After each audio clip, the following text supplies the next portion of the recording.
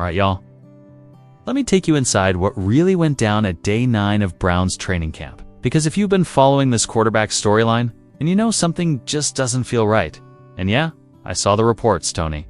GI, one of the guys on the ground caught up with Shedeur briefly after practice. And when he asked him what was going on, Shedeur just looked at him and said, "I'm good. That's it. That's all he gave. Calm, cool." But if you've been watching him long enough, if you followed him from Jackson State to Colorado, to now the NFL, you know that wasn't just a throwaway line. That was Shedeur letting us know he's not worried. But then came the official word from the Browns. Arm soreness. Really? Arm soreness? That's the reason you sit a young, hungry quarterback who's had fewer reps than anyone else in camp. It's the same guy who's barely had a real chance to compete. Nah, I'm not buying that. Not for a second. See? Here's what I think. And here, me out on this, I think the Browns are playing it close to the vest. I think they've already seen what they needed to see from Shedeur. I think they know what they have in him. And instead of running him into the ground during camp, they're protecting their investment, keeping him fresh, keeping him sharp, saving the real fireworks for the preseason. And if that's the case, I respect the strategy. But it also says something huge about what the coaches might be seeing. Behind closed doors, all right, I'm launching a giveaway like never before. Think you know which Browns quarterback will start the first official game? Drop your prediction in the comments, hit that like button, and make sure you're subscribed, because 5 lucky winners will score a free game jersey. The more videos you comment on, the better your chances. Now let's continue the video from where we left off. Now while Shedeur was sidelined, guess who got the lion's share of the reps? Dillon Gabriel? And look, I've got nothing personal against Gabriel. He's out there grinding, trying to prove himself, just like everybody else. Let's call it like it is. The moment was there for him. The field was his. The spotlight was his. He had a clean shot to show the Browns brass that he's someone who belongs in the quarterback conversation. Ken, he didn't seize it. We rolled the tape. We watched every throw, every read, every misstep. And honestly, it didn't scream NFL starter. It didn't even whisper it. Even with Joe Flacco being the only other real competitor taking reps that day, Gabriel didn't rise above. And in a room that includes guys like Shedeur Sanders and Kenny Pickett, he just didn't pop. So when I hear anyone, fans, media, whoever, trying to float the idea that Gabriel or Pickett should be above Shedeur Sanders on the depth chart, I shake my head, man, because it's clear as day to me. Shedeur is the most talented quarterback in that room, not named Joe Flacco. Okay? And look, I'll give Joe his flowers. The man's a Super Bowl MVP, he's been around the block, and yeah, he might deserve to start week 1 based on experience alone, but after that, it should be Shedeur, period. Not Pickett, not Gabriel, Shedeur. The fact that he's still not getting the reps, still flying under the radar, it's not because he's not ready. It's not because he's not capable. It's because the Browns are being calculated. Maybe, just maybe, they're cooking something behind the scenes. So mark my words, this ain't the last time we'll talk about Shedeur being held out. But don't mistake quiet for weakness. Don't confuse rest for doubt, because when that moment comes, when they finally unleash Shedeur Sanders in a live game, you're going to see why this story isn't just about a rookie trying to make a roster. Back to work yesterday in Berea, the pads were popping, the quarterbacks were rotating, and the speculation is only getting louder. Kenny Pickett returned. Kind of. He was suited up, he was moving around, but when it came time for team drills, nothing. Not a snap. That hamstring is clearly still barking, and I don't care what the trainers are saying. If you're this limited during live sessions, that's not precautionary. That's a red flag. And that wasn't even the big story of the day. The real headline? Dillon Gabriel. My God. You want to talk about a struggle? I've watched a lot of training camp practices over the years, seen the good, the bad, and the ugly, and this was rough. 3 for 14. A pick, several balls batted down, and just a general sense of confusion and hesitation from the pocket. The guy looked like he was processing in slow motion while the defense was moving at light speed. I'm sorry, I just don't see it. I want to. I want to be wrong. But this third-round pick is looking more and more like a reach with every rep. Now contrast that with Sanders, another 7 of 10 day. Another touchdown, another Tom's steady presence behind center. And every time he steps on that field, I see more growth, more command, more confidence. He's not just out there surviving, he's making plays, he's building chemistry, and he's doing it without the fanfare, without the headlines, without the spotlight. That's the sign of a quarterback. Who knows? He belongs even if the rest of the world hasn't caught up yet. And yet, Asante Samuel has to jump on social media and stir the pot. He says if Shedeur goes 9-4-9 in the preseason, throws a couple touchdowns, that teams like the Colts or Saints might come calling with trade offers. Really? That's what we're doing? Now, let me be crystal clear, that is not happening. Sanders is not on the trade block. He is not some asset to be flipped for draft picks. He is the future, and if this front office has even a shred of vision, they know it.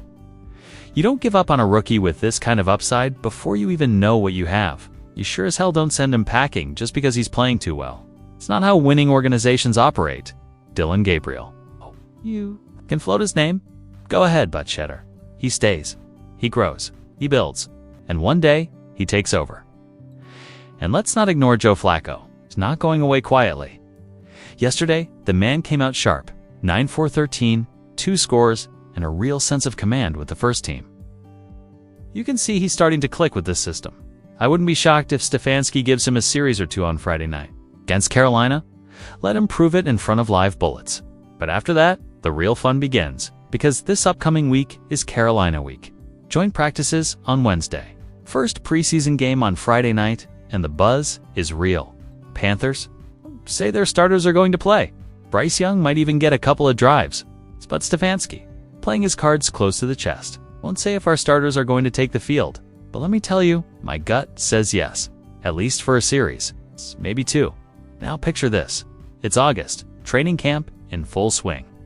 The sun beating down on Berea, Ohio. Every snap matters. Every rep is a battle.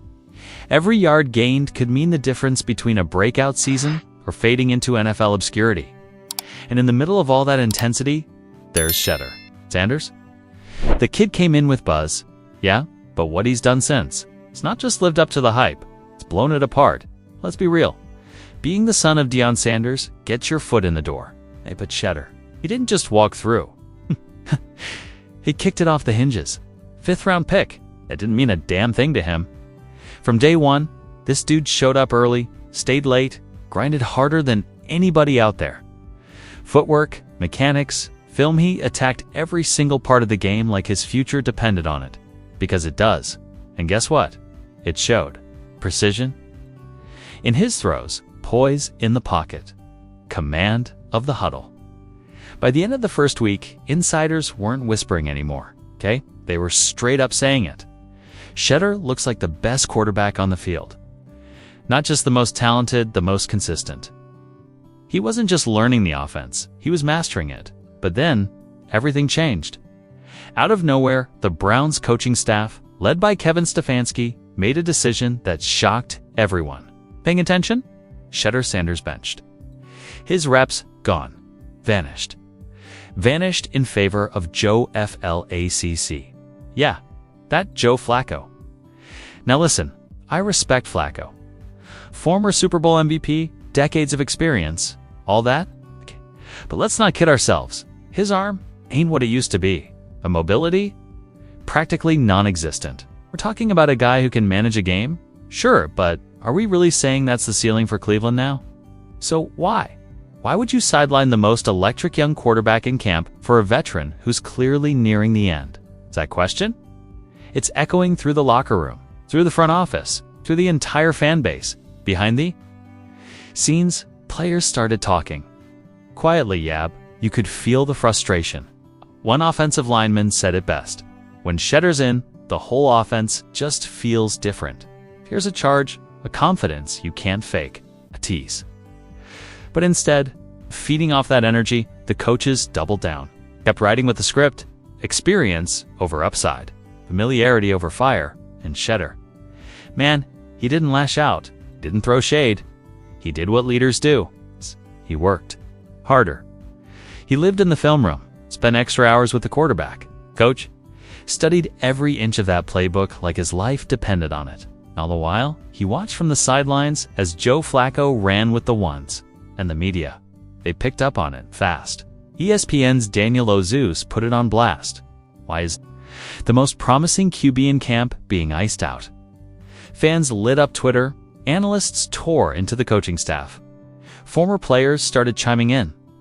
Some said the Browns were making a mistake. Others said maybe they were just trying to protect the rookie. But deep down, we all know something else is going on.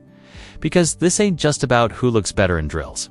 Alright, I'm launching a giveaway like never before. Think you know which Browns quarterback will start the first official game? Drop your prediction in the comments, hit that like button, and make sure you're subscribed, because 5 lucky winners will score a free game jersey. No more videos. You comment on, the better your chances. Now let's continue the video from where we left off. Word is, the front office wants Shedeur to play.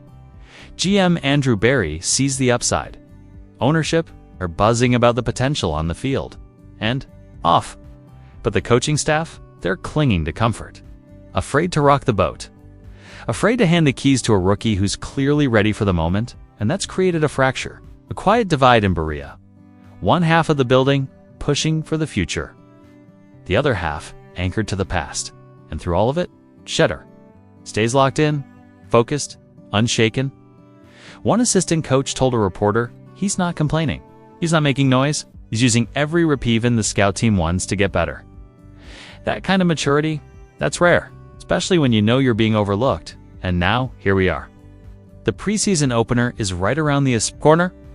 Joe Flacco's still running with the ones. Shedeur's still waiting for his real shot. And everyone is holding their breath. What are the Browns going to do? Stick with the vet or let the kid cook? I'm telling you right now, this decision isn't just about one game. It's about the direction of this entire franchise. It's about trust. It's about vision. It's about whether Cleveland has the guts to embrace the spark they've got sitting on that bench. Because make no mistake, this is more than just a football story.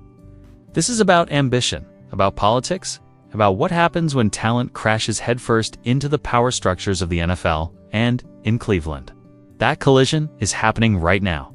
So I ask, you, what would you do? Do you keep riding with experience? That's fading. Or do you unleash the future that's already knocking? Because one thing is clear, this quarterback controversy in Cleveland, it's not going away. Not tomorrow, not next week. Not until the Browns make a choice. And Shedeur Sanders. He's not just fighting for a roster spot anymore, he's fighting to change the game. Thanks for watching, and see you next one.